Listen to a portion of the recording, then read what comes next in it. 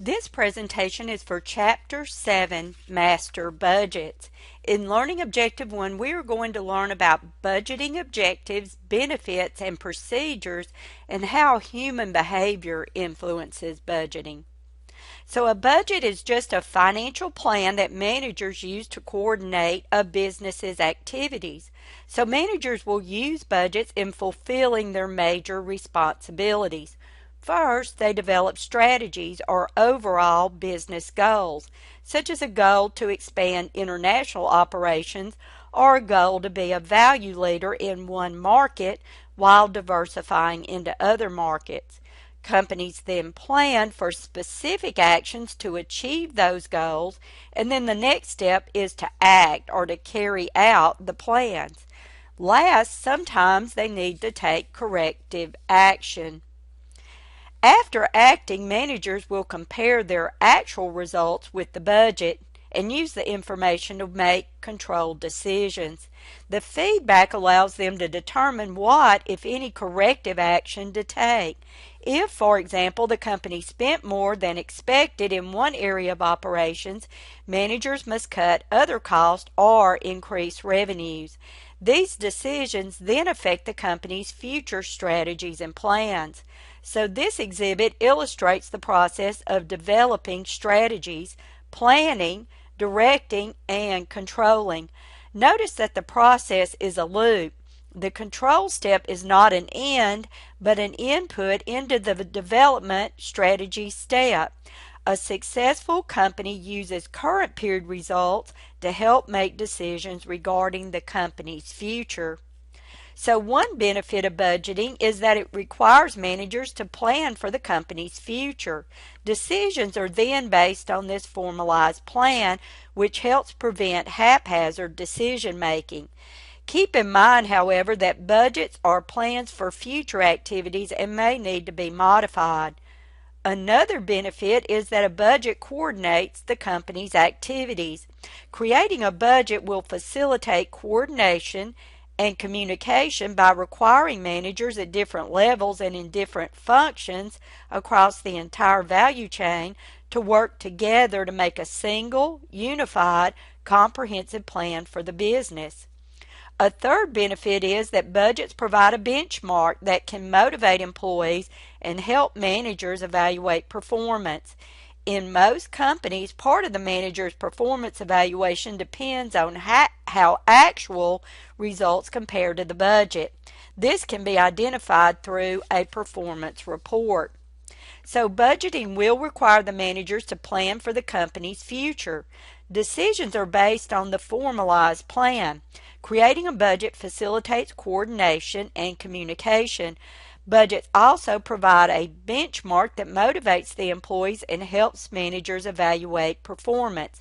So benchmarking is just a practice of comparing a company with its own prior performance or with best practices from other companies in the same industry. The budgeting process will vary from company to company. For a small company, the process may be relatively simple and somewhat informal.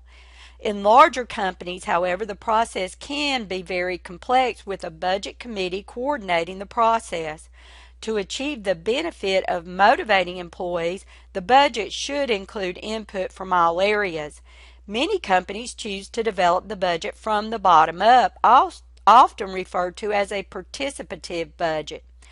A participative budget is a budgeting process where those individuals who are directly impacted by a budget are involved in the development of the budget. This requires significant coordination among the company's various business segments. Therefore, the budgeting process usually begins several months before the beginning of the budget period. When a company uses participative budgeting, budgets tend to be more achievable because those directly impacted by the budget have helped to create the plan. Preliminary budgets are developed at the department level and then they flow up to the higher levels of the company for review by managers, vice presidents, and presidents.